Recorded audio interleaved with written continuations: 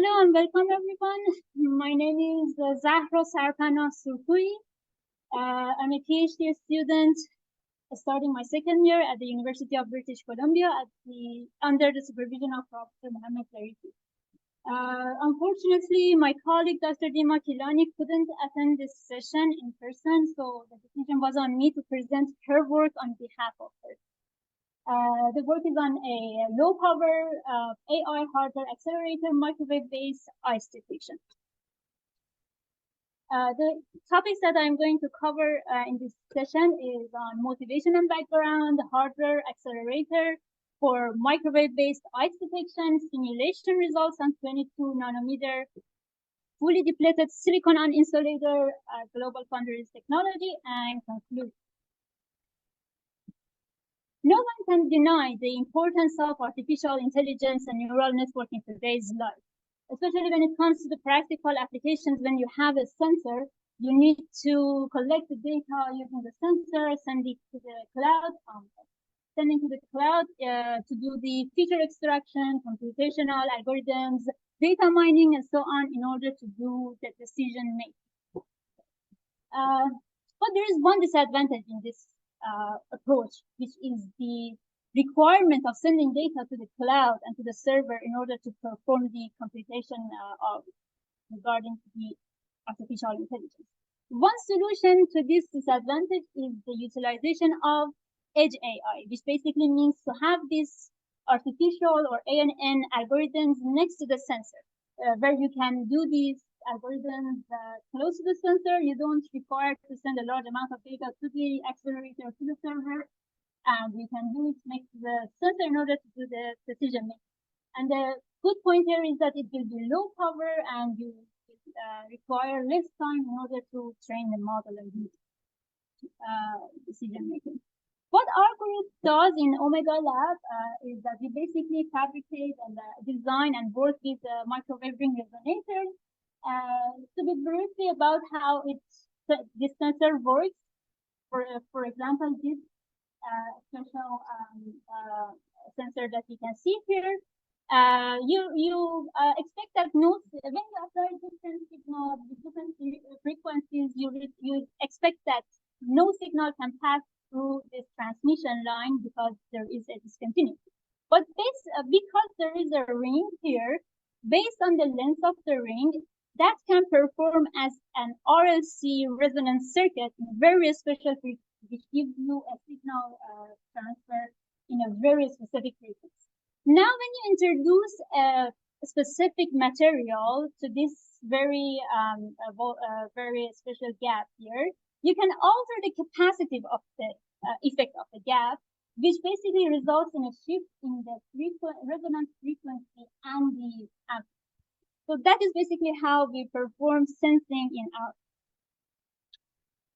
Talking about the microwave ring resonator sensors and artificial neural networks, you can here see two different works utilizing these ring resonators for wirelessly detecting ice accumulation, which can cause hazards, especially on the wings of the airplanes or on the wind turbines in cold places. And for liquid characterization, where they require to send a big amount of data, let's say, on the server in order to do the computation. So in order to reduce the time and have a low power implementation, a hardware implementation is required. Which leads us to this work of my colleague here. Here you can see the block diagram of the work, where a microwave split ring resonator or SRR is used in order to sense the data, and only 4 points is selected, and the data, the scattering S21 parameter, the RF data, is sent to a cover detector in order to change it to measurable DC voltage. And these voltages are sent to a hardware implemented ANN with one hidden layer on a IC chip in order to classify between ice, air, water, and air. Air basically is the bare resonator. Here you can observe the simulation results done in the ANSYS HFSS where a ring resonator is designed to perform the resonance on 5.1 gigahertz, and different chunks of material is introduced based on their relative permittivity and loss tangent in order to see the variation in the frequency, resonance frequency and amplitude. So you can see different thickness of ice and air and water characteristics are applied to see the results. Based on these results, 4 specific points were selected in an optimum way to be fed into the neural net. And how they decided to choose these 4 points is fully presented in another previous work of the author. And here, the flowchart of the decision on the machine learning model is shown. Basically, the requirement is to have the highest achievable accuracy.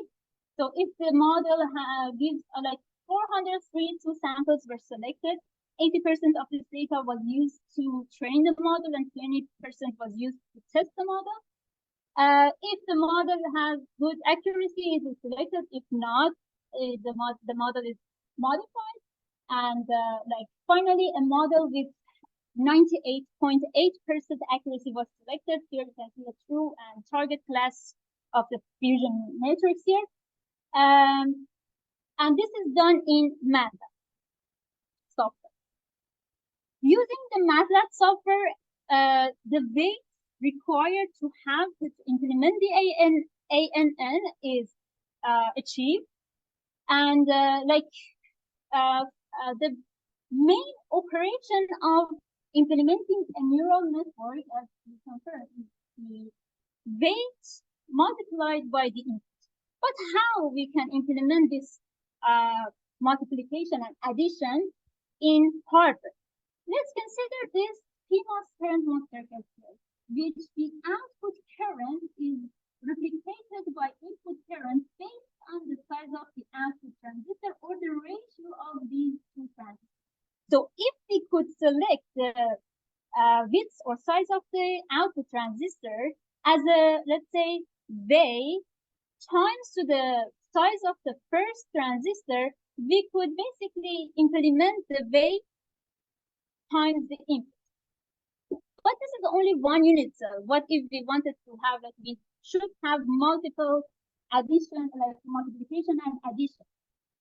The solution to this is to introduce a crossbar of PMOS current mode circuit, where the first those 4 points voltages should be fed to a voltage to current converter in order to have the current to be fed into each of these PMOS current mode circuits. And in the output, you will have the I out, which is basically the weight times to the input current. There is another problem here. When the output, when the weights extracted from MATLAB was achieved, there were some negative weights. So how we can implement the negative weights in hardware? The solution to this problem was to have to add another crossbar here in order to shift with minimum width, to apply a shift with the minimum width to it. Since we are adding this shift, now we need to get rid of this effect. And the solution to how to get rid of that added shift was using an NMOS current. When we use the NMOS current, the output current is going to be synced down. So what we have in the output is the, let's say, the current of the first node of the hidden layer is going to be subtracted by the current of the fourth added layer, and we have the subtraction result. This result should be fed to a ReLU activation function, again in hardware implementation.